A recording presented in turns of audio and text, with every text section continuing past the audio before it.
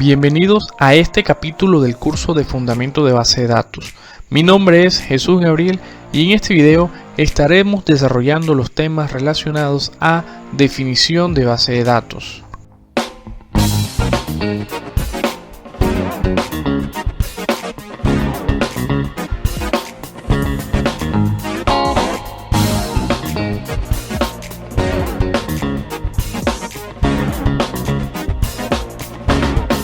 Lo primero que aparece cuando consultamos a Google sobre qué son las bases de datos nos muestra dos conceptos.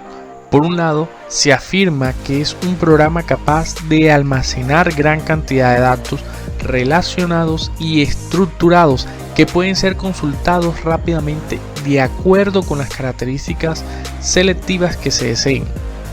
En el anterior video les comentaba que la lógica computacional de entrada, procesamiento y salida se aplica para cualquier flujo de datos.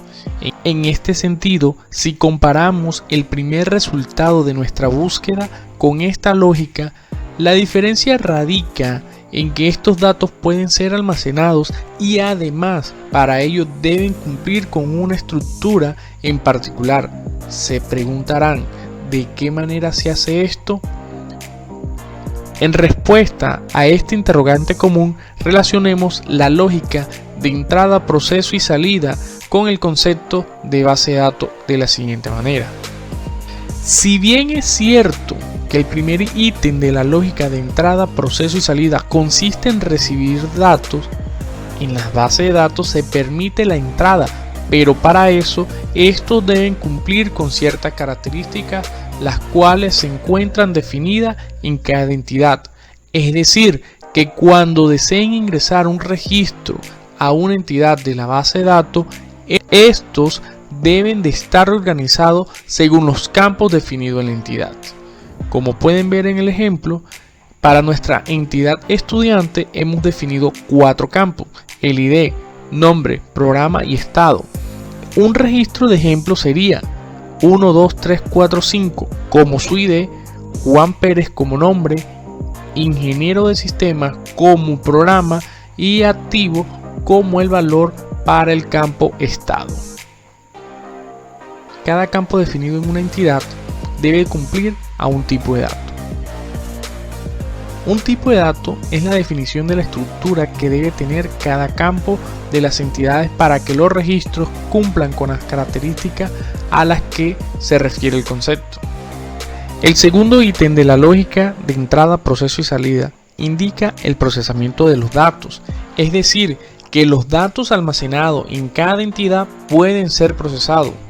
Cuando se habla del procesamiento en base de datos, se refiere justamente a las primeras acciones que se pueden crear sobre los registros en cada entidad.